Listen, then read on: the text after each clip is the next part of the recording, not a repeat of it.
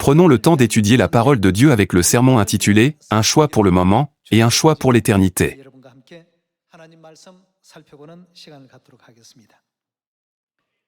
Il y a beaucoup de gens qui s'inquiètent en ce monde. Comment devrais-je vivre ma vie pour pouvoir dire que je l'ai bien vécue? C'est pourquoi certains choisissent de se lancer dans les affaires en travaillant dur pour rassembler autant de richesses que possible. Ils essaient de nombreuses méthodes différentes et font de grands efforts pour accumuler une grande richesse. D'autres s'efforcent d'obtenir la reconnaissance et l'honneur dans ce monde en faisant avec soin des plans et en prenant des mesures pour atteindre la gloire. Néanmoins, même si nous accomplissons des dizaines de milliers de choses dans ce monde, notre vie sur cette terre est temporaire et dure 70 à 80 ans. C'est la conclusion à laquelle nous arrivons inévitablement. Cependant, la Bible nous enseigne que les choses du royaume des cieux sont éternelles. Puisque Dieu nous fait savoir que nous aurons un temps infini, qui ne peut pas être mesuré par des normes terrestres, nous devons nous demander, devrons-nous vivre pour le moment?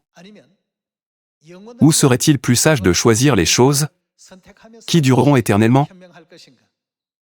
Il y a près de 8 milliards de personnes dans le monde, comme le sable sur le bord de la mer, et chacune d'entre elles vit sa vie à sa manière.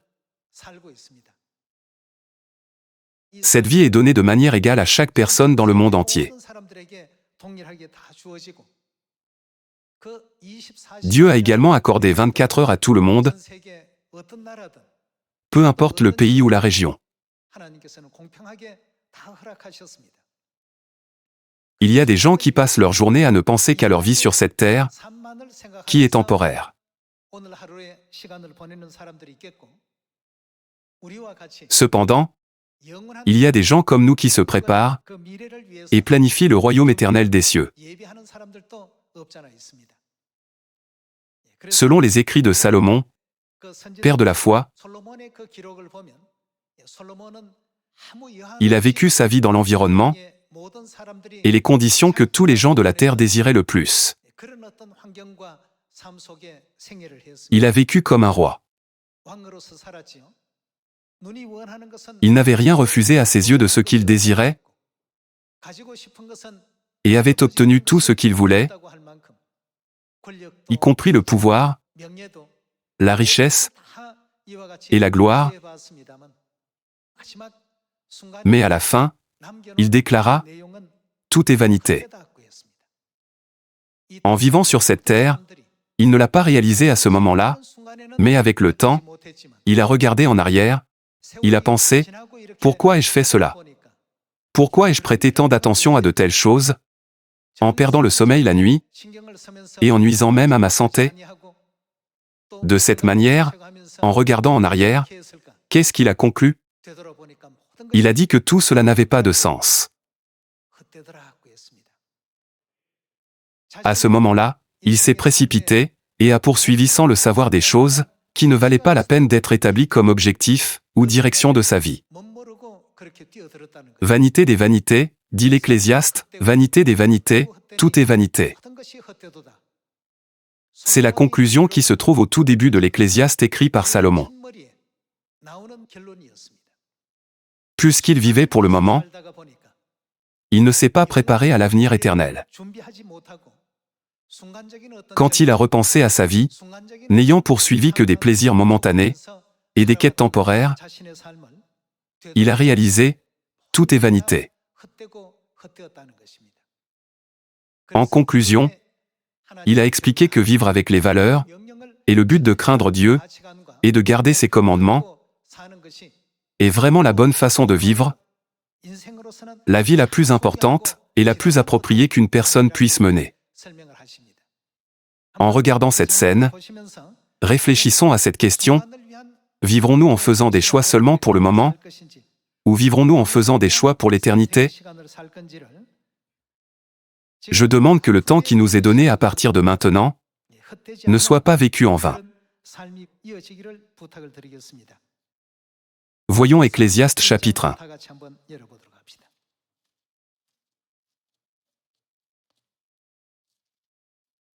Ecclésiaste chapitre 1, verset 1. Parole de l'Ecclésiaste, fils de David, roi de Jérusalem. Vanité des vanités, dit l'Ecclésiaste, vanité des vanités, tout est vanité. Quel avantage revient-il à l'homme de toute la peine qu'il se donne sous le soleil? Une génération s'en va, une autre vient, et la terre subsiste toujours. Le soleil se lève, le soleil se couche, il soupire après le lieu d'où il se lève de nouveau. Le vent se dirige vers le midi, tourne vers le nord, puis il tourne encore, et reprend les mêmes circuits. Tous les fleuves vont à la mer, et la mer n'est point remplie, il continue à aller vers le lieu où il se dirige. Toutes choses sont en travail au-delà de ce qu'on peut dire, l'œil ne se rassasie pas de voir, et l'oreille ne se lasse pas d'entendre. Ce qui a été, c'est ce qui sera, et ce qui s'est fait, c'est ce qui se fera, il n'y a rien de nouveau sous le soleil. S'il est une chose dont on dise, vois ceci, c'est nouveau, cette chose existait déjà dans les siècles qui nous ont précédés. On ne se souvient pas de ce qui est ancien, et ce qui arrivera dans la suite ne laissera pas de souvenir chez ceux qui vivront plus tard. À partir de là, il explique en détail. Il a énuméré ce genre de choses qui s'avéraient aussi futiles que de vouloir saisir le vent, les désirs matériels que les gens recherchent, le désir d'honneur et toutes sortes d'ambitions, mais à la fin, il a découvert qu'aucune de ces choses ne lui apportait de véritables bénéfices. Salomon n'était pas le seul à l'avoir compris. Alexandre le Grand, un héros de renommée mondiale, a aussi eu un grand rêve. Il rêvait de conquérir le monde entier, mais lorsqu'il est mort jeune à l'âge de 33 ans, il a laissé ce testament: que ma main sorte de mon cercueil, afin que les gens puissent voir que je pars sans rien dans les mains. La signification en est la suivante: chaque enfant naît dans le monde les poings fermés. C'est comme s'ils étaient nés avec le désir de tout saisir et de revendiquer le monde entier pour eux-mêmes. Pourtant, quand le moment est venu de partir, ils partent les mains vides, sans rien avoir à leur portée. Voulant éveiller tous les gens à cette vérité au sens philosophique, à savoir que nous quittons finalement ce monde les mains vides, il a demandé que l'une de mes mains sorte de mon cercueil. Cela est vrai pour toutes nos vies sur cette terre. Nous pensons que si nous faisons ce genre d'entreprise, nous gagnerons quelque chose de grand, et que si nous poursuivons ce genre d'œuvre, quelque chose d'important en sortira. Cependant, on ne peut pas s'attendre à ce que le système de la terre lui-même offre quelque chose d'éternel, parce que cette terre est la ville de refuge. La terre est un endroit par lequel nous ne passons que pendant un court moment. C'est pourquoi tant de philosophes, de sages, et même les paroles de la Bible ont exprimé le même message. N'est-il pas dit que notre temps ici est celui d'un voyageur qui fait un pèlerinage? Cependant, les gens ne s'en rendent pas compte et pensent: ce monde est tout ce qu'il y a. Que leur arrivera-t-il à la fin? Ils ne peuvent arriver qu'à cette conclusion: tout cela n'a pas de sens. C'est en vain. La vie ne me laisse rien à la fin. C'est parce qu'ils ne comprennent pas la vraie nature de cette terre. Le système de ce monde n'est pas spirituellement conçu pour nous remplir de quoi que ce soit. Quel est l'endroit qui est conçu pour combler ce vide? N'est-ce pas notre royaume éternel des cieux? C'est le royaume de Dieu. C'est pourquoi Jésus a voulu faire savoir à toute l'humanité que nous devons croire en Dieu.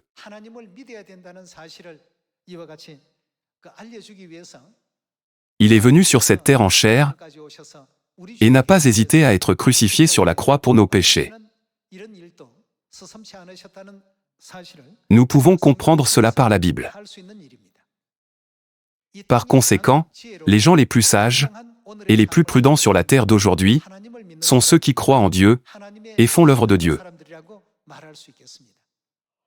Même si Salomon a été appelé roi sage, la réponse qu'il a trouvée à la fin de sa vie l'a conduit à une seule conclusion.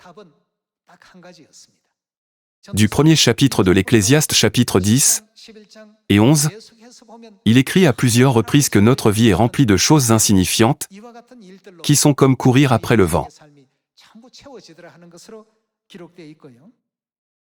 Passons au chapitre 12.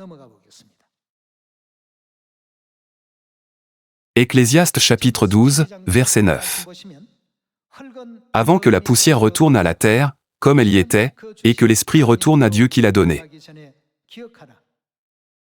Quand un homme meurt, son corps est enseveli dans la poussière et retourne à la poussière, et son esprit, c'est-à-dire l'âme qui lui est donnée, doit retourner à Dieu. Par conséquent, l'essence de notre vie est notre âme, n'est-ce pas? L'âme est maintenant vêtue de la tente de chair. Cependant, lorsqu'un homme meurt, l'esprit et le corps sont séparés. Le corps retourne à la terre, et l'esprit en nous retourne au royaume éternel de Dieu. À ce moment-là, la question est réglée, vais-je aller au royaume des cieux, ou serai-je puni pour toujours en enfer? La Bible nous enseigne que c'est le moment où notre destination est déterminée. C'est la conclusion de Salomon, auteur d'Ecclésiaste. Regardons le verset 10. Que dit-il? Vanité des vanités, dit l'Ecclésiaste, tout est vanité. Maintenant, en lisant ce verset, certains d'entre vous peuvent penser que la Bible est écrite d'une manière très pessimiste et cynique. Mais ce n'est absolument pas le cas. Ce que les Écritures nous enseignent, c'est que nous devons vivre fidèlement ici sur cette terre et faire des choix qui nous permettent de recevoir la bénédiction de Dieu dans son royaume également. Voyons la conclusion de Salomon dans le verset 15. Voyons le verset 15. Écoutons la fin du discours. Crains Dieu et observe ses commandements. C'est là ce que doit faire tout homme. Il a conclu que la façon la plus sage pour l'humanité de vivre sur cette terre était de craindre Dieu et de garder tous ses commandements.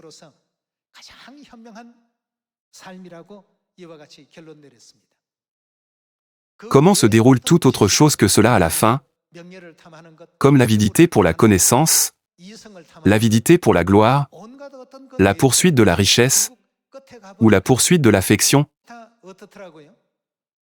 Le roi Salomon a dit, « J'ai compris que cela aussi c'est la poursuite du vent. » En d'autres termes, il ne reste rien, et rien n'est gagné.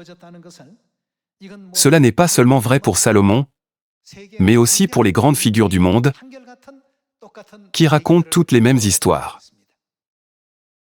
Est-ce seulement les grandes figures qui sont comme cela? Il en est de même pour les gens ordinaires.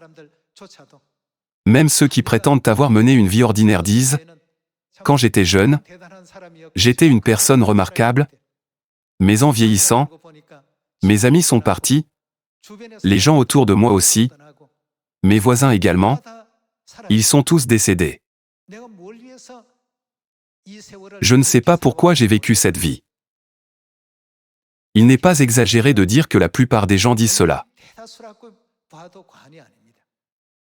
N'est-ce pas précisément pourquoi Dieu nous a donné les paroles de la Bible? Pour nous rappeler quelle est la chose la plus sage à faire et comment vivre notre vie? Dans le livre de l'Ecclésiaste chapitre 12, Salomon a dit, « Écoutons la fin du discours, crains Dieu et observe ses commandements. » Il a dit que c'est la manière la plus juste de vivre nos vies. Il s'est livré à tout ce qu'il désirait, à régner en tant que roi, et a eu beaucoup de femmes et de concubines, mais tout cela a été en vain. Salomon possédait une immense richesse. Cependant, cela n'avait pas de sens, et sa connaissance et son honneur non plus. Lorsque sa vie approchait de la fin, il a réalisé que tout ce qu'il avait travaillé si dur pour accumuler ne pouvait pas lui sauver la vie. Frères et sœurs, nous devons attentivement mettre notre vie dans la bonne direction, sans négliger aucun enseignement de la Bible que nous avons appris aujourd'hui. Nous devons faire tous les efforts possibles pour mener l'œuvre de Dieu. Nous devons prier sincèrement et étudier la parole de Dieu avec diligence. Nous devons consacrer tout notre cœur, tout notre esprit et toute notre force à cette œuvre, qui consiste à réveiller diligemment le monde, à conduire toute l'humanité à la repentance et à la conduire au royaume des cieux. Pour cette raison, Dieu nous enseigne l'œuvre de son royaume à travers 1 Pierre. Voyons 1 Pierre chapitre 1, verset 7.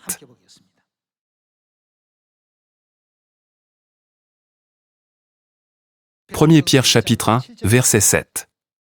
Afin que l'épreuve de votre foi, plus précieuse que l'or périssable, qui cependant est éprouvé par le feu, ait pour résultat la louange, la gloire et l'honneur, lorsque Jésus-Christ apparaîtra. Vous l'aimez sans l'avoir vu, vous croyez en lui sans le voir encore, vous réjouissant d'une joie merveilleuse et glorieuse. Parce que vous obtiendrez, que recevez-vous? Le salut de vos âmes pour prix de votre foi. Lorsque nos âmes seront sauvées, où irons-nous? Nous allons au royaume des cieux. Nous recevrons le pardon des péchés et entrerons au royaume éternel. Ne nous accorderons-nous pas le temps glorieux de vivre en présence de Dieu et de jouir de ses bénédictions pour toujours? Dans 1 Corinthiens chapitre 2, le prophète a décrit le ciel de la manière suivante. Passons à 1 Corinthiens chapitre 2. 1 Corinthiens chapitre 2, verset 9. Mais, comme il est écrit, ce sont des choses que l'œil n'a point vues, que l'oreille n'a point entendues, et qui ne sont point montées au cœur de l'homme, des choses que Dieu a préparées pour ceux qui l'aiment. 1 Corinthiens chapitre 2 nous fait savoir que le royaume des cieux, que Dieu a préparé pour ceux qui l'aiment, est au-delà de tout ce que nous pouvons imaginer. Un monde glorieux, des choses que l'œil n'a point vues, que l'oreille n'a point entendues, et qui ne sont point montées au cœur de l'homme,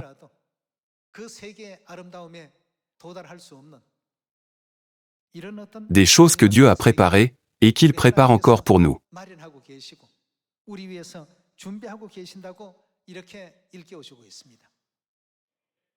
C'est le monde que l'apôtre Paul a entrevu lorsqu'il a été enlevé au 3e ciel. Il y avait un réconfort insondable, et des scènes inexprimables se déroulaient sous ses yeux. À propos de ce monde, le prophète Daniel a dit que le peuple saint le posséderait éternellement, d'éternité en éternité. Dans 1 Corinthiens chapitre 2, l'apôtre Paul a écrit que nous aurons des choses que l'œil n'a point vues, que l'oreille n'a point entendues, et qui ne sont point montées au cœur de l'homme.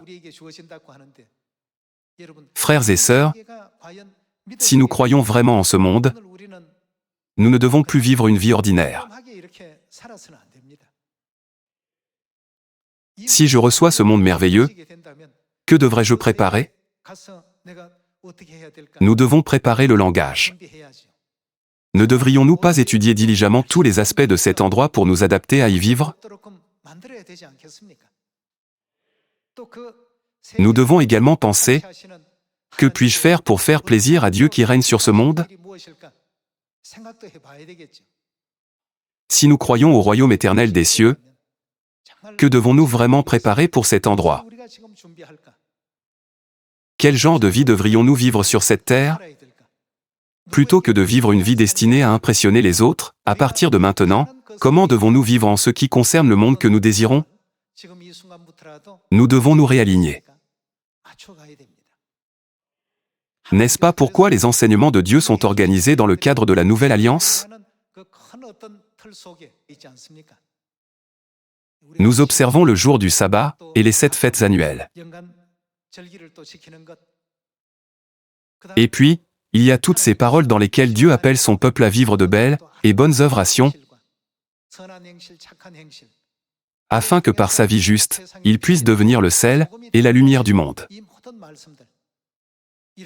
Toutes ces choses font partie de la préparation à l'entrée dans le royaume des cieux. Ce n'est pas quelque chose que nous pouvons choisir de faire ou de ne pas faire. C'est quelque chose que nous devons tous pratiquer fidèlement. Nous croyons au royaume des cieux.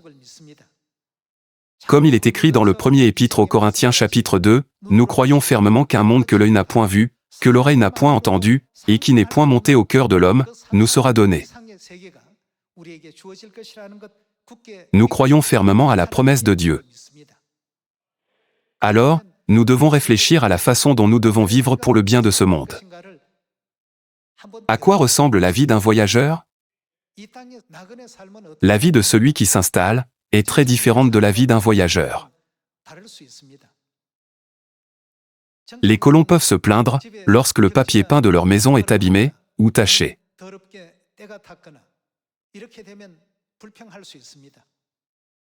Ils peuvent se plaindre et prendre des mesures pour essayer de l'améliorer, mais qu'en est-il des voyageurs?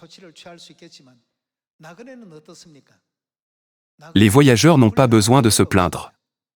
Ils partent le lendemain matin. C'est pourquoi Dieu a appelé notre temps sur cette terre la vie d'un voyageur. C'est ainsi que notre vie est. N'est-il pas écrit que notre vie est un pèlerinage? Parfois, nous pouvons rester dans une maison avec du papier peint propre, ou passer une nuit dans une maison qui est un peu sale. Un voyageur n'a pas besoin de se plaindre si la chambre est un peu sale pendant son séjour d'une nuit. Il doit partir le lendemain matin. C'est pourquoi nous devons être satisfaits et rendre grâce en toutes circonstances que Dieu nous a données. L'endroit où nous allons n'est-il pas le royaume des cieux? Dans le royaume des cieux, tout dépasse ce que nous espérons et désirons. Le royaume des cieux est au-delà de ce que nous pouvons imaginer. Ceux qui croient qu'un tel monde existe ne doivent pas perdre l'espoir du ciel, ni s'accrocher aux choses terrestres, qui ne durent qu'un instant.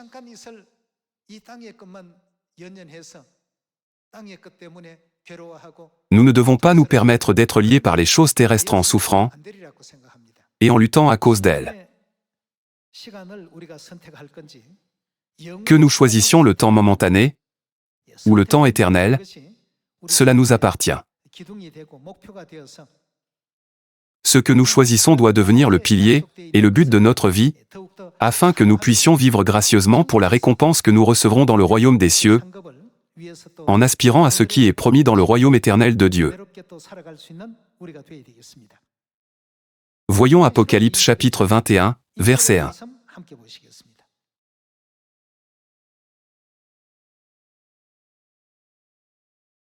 Apocalypse chapitre 21, verset 1. Puis je vis un nouveau ciel et une nouvelle terre, car le premier ciel et la première terre avaient disparu, et la mer n'était plus.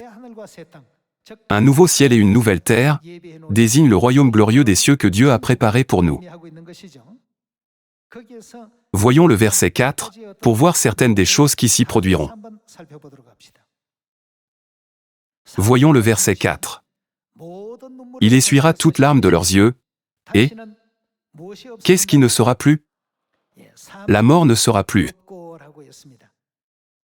Puisque la mort est le résultat du péché, cela signifie que le péché lui-même n'existe plus. En d'autres termes, la mort ne sera plus, indique que c'est un endroit où seule la vie éternelle existe, n'est-ce pas?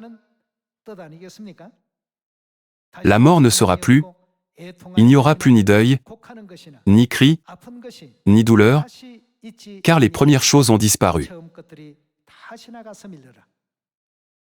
Et celui qui était assis sur le trône dit, « Voici, je fais toutes choses nouvelles. » Et il dit, « Écris, car ces paroles sont certaines et véritables. » Ce n'est pas le genre d'environnement de vie que nous avons déjà expérimenté dans le monde physique en 3 dimensions.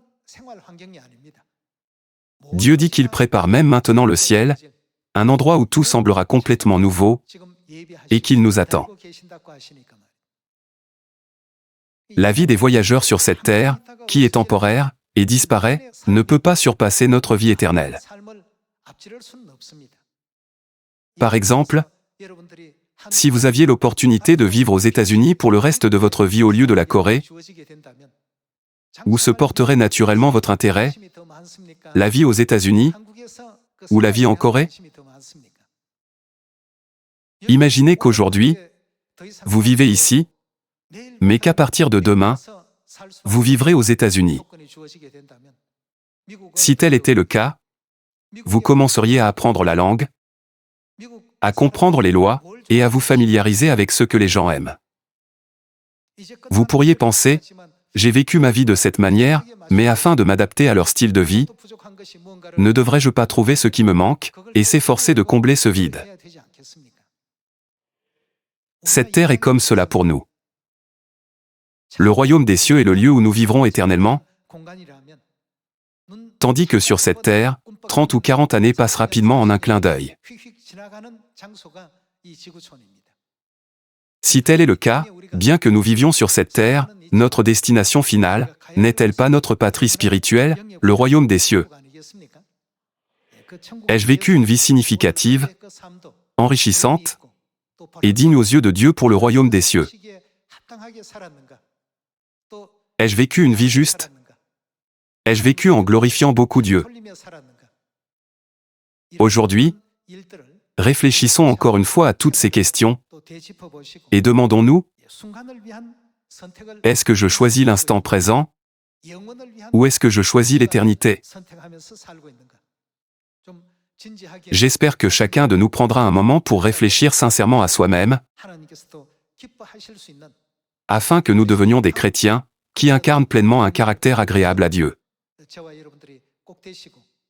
Je vous demande sincèrement d'apporter de l'espérance à ce monde sombre et d'offrir aux autres l'espérance du ciel.